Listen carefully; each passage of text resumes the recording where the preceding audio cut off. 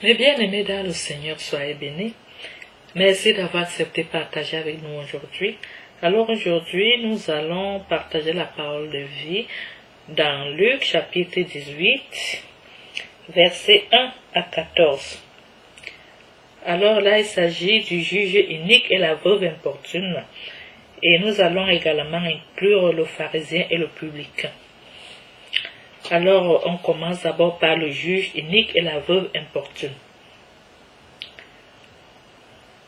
Et il leur disait une parabole sur ce qu'il leur fallait prier sans cesse et ne pas se décourager.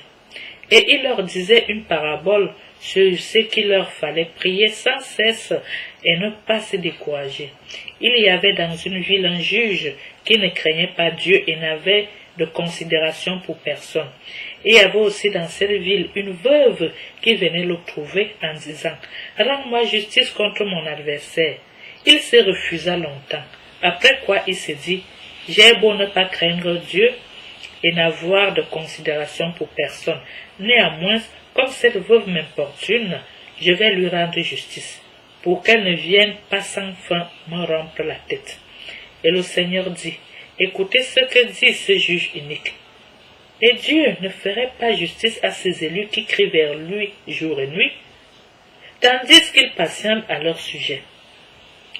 Je vous dis qu'il leur fera prompte justice, mais le Fils de l'homme, quand il viendra, trouvera-t-il la foi sur la terre? » Et dit encore, à la grâce de certains qui se flattaient d'être des justes et n'avaient que mépris pour les autres. La parabole que voici. 2 hommes montèrent au temple pour prier. L'un était pharisien et l'autre publicain. Le pharisien, debout, priait ainsi en lui-même.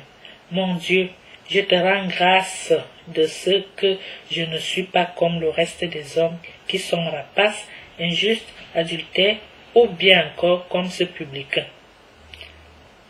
Je jeûne 2 fois la semaine, je donne la dîme de tout ce que j'acquiers. Le publicain, se tenant à distance, n'osait même pas lever les yeux au ciel, mais il se frappait la poitrine en disant « Mon Dieu, aie pitié du pécheur que je suis. » Je vous le dis, ce dernier descendit chez lui justifié, l'autre non, car tout homme qui s'élève sera abaissé, mais celui qui s'abaisse sera élevé.